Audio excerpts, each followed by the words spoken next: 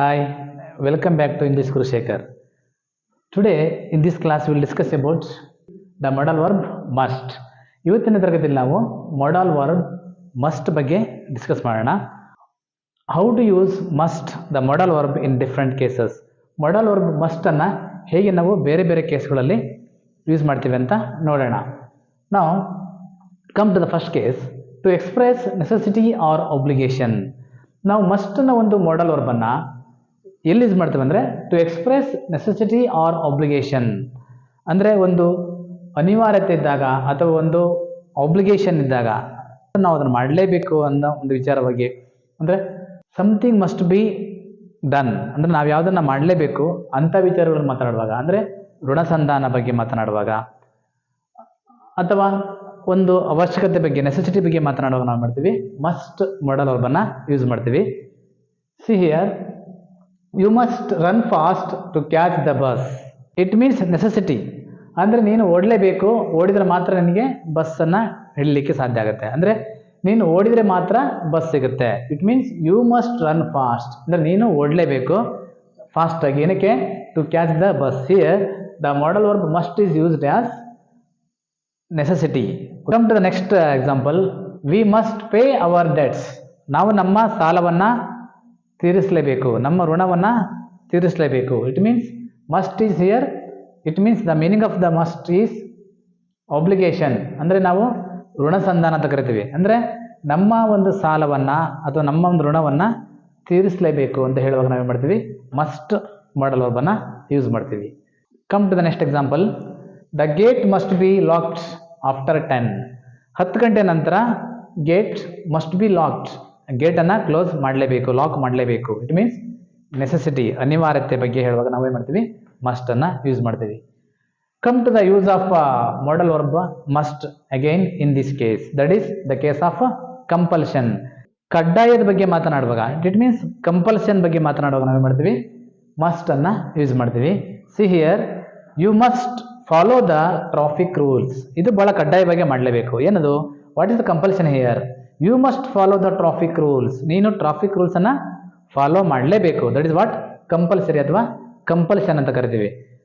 ಅದರಲ್ಲಿ ಯಾವುದೇ ಒಂದು ಎಕ್ಸ್ಕ್ಯೂಸ್ ಇಲ್ಲ, ನೀನು ಟ್ರಾಫಿಕ್ ರೂಲ್ಸನ್ನು ಫಾಲೋ ಮಾಡಲೇಬೇಕಂತ ಹೇಳುವಾಗ ನಾವು ಮಾಡ್ತೀವಿ ಮಸ್ಟನ್ನು ಫಾಲೋ ಮಾಡ್ತೀವಿ. Next example, I must go to bed earlier.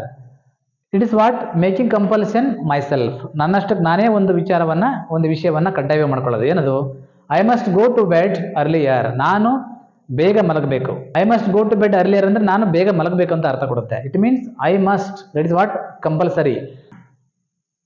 Compulsory ನಾನು ಬೇಗ ಮಲಗಬೇಕು ಅಂತ ಇದು ಮೀನಿಂಗ್ ಕೊಡುತ್ತೆ. It means I must go to bed earlier. Here the modal verb must is used for compulsion.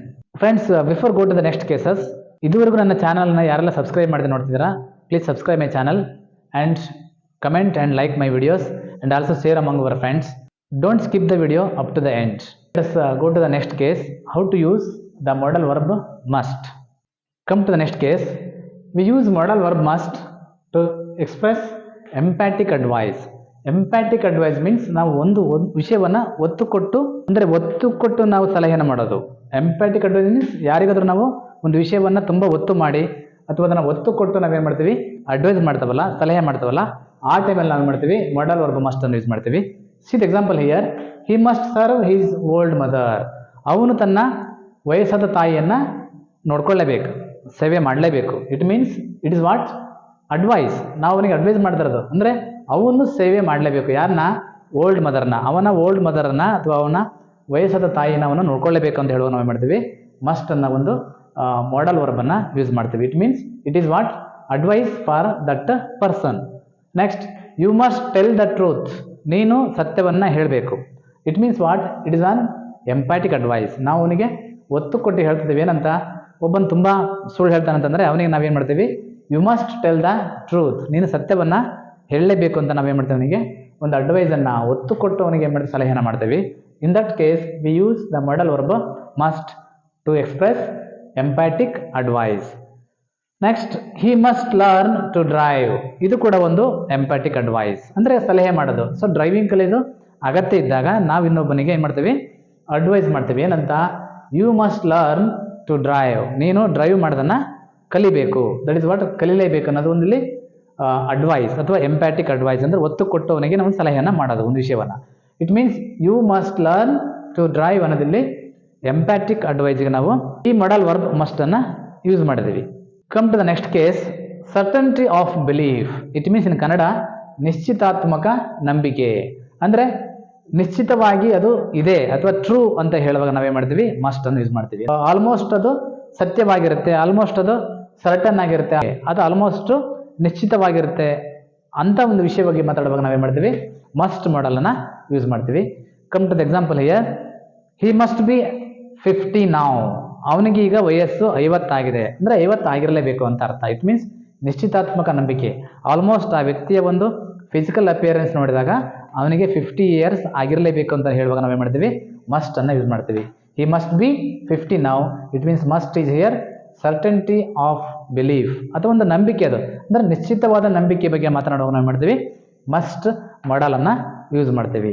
Come to the next one, she must be a very rich lady. ಆ lady ನೋಡಿದ ತಕ್ಷಣ ಗೊತ್ತಾಗುತ್ತೆ ಏನಂತ, she must be a very rich lady. ಅವಳು ತುಂಬ ಶ್ರೀಮಂತ ಹೆಂಗಸು ಆಗಿರ್ಬೋದು ಅಂತ ನಾವು ಅವಳ ಒಂದು ಫಿಸಿಕಲ್ ಅಪಿಯರೆನ್ಸ್ ಅನ್ನು ನೋಡಿದ ತಕ್ಷಣ ನಮಗೆ ಅನಿಸುತ್ತಲ್ವಾ.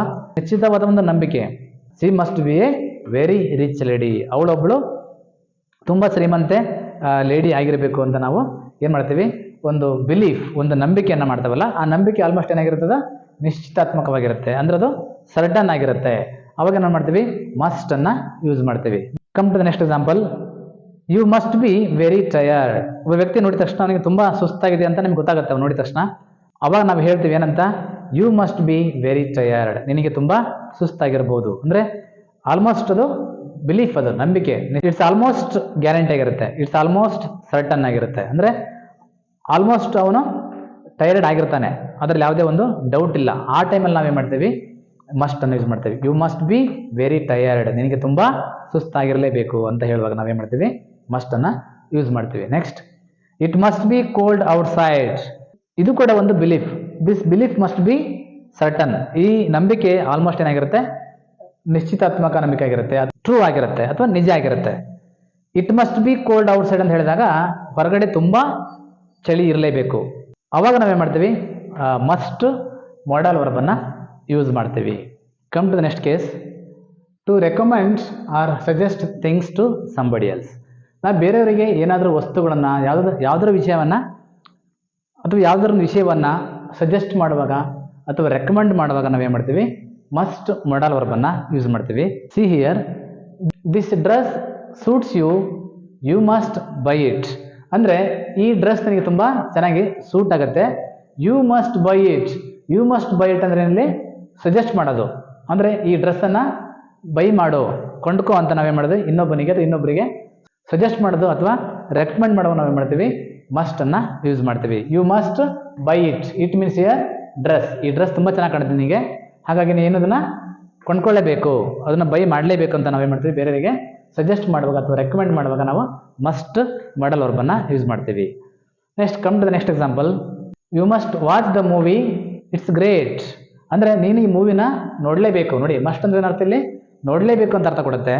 ಅಂದರೆ ರೆಕಮೆಂಡ್ ಮಾಡೋದು, ಸಜೆಸ್ಟ್ ಮಾಡೋದು, ಈ ಮೂವಿನ ನೀನು ನೋಡಲೇಬೇಕು. ಯಾಕೆ, ಇಟ್ಸ್ ಗ್ರೇಟ್, ಅದು ತುಂಬ ಗ್ರೇಟ್ ಮೂವಿ ಆಗಿದೆ, ತುಂಬ ಅದ್ಭುತವಾದ ಮೂವಿ ಆಗಿದೆ, ಹಾಗಾಗಿ ನೀವು ಈ ಮೂವಿನ ನೋಡಲೇಬೇಕು ಅಂತ ಏನು ಮಾಡೋದು, ಸಜೆಸ್ಟ್ ಮಾಡೋದು ಅಥವಾ ರೆಕಮೆಂಡ್ ಮಾಡೋದು ಬೇರೆಯವರಿಗೆ. ಅವಾಗ ನಾವೇನು ಮಾಡ್ತೀವಿ, ಮಸ್ಟ್ ಮಾಡಲ್ ವರ್ಬನ್ನು ಯೂಸ್ ಮಾಡ್ತೀವಿ.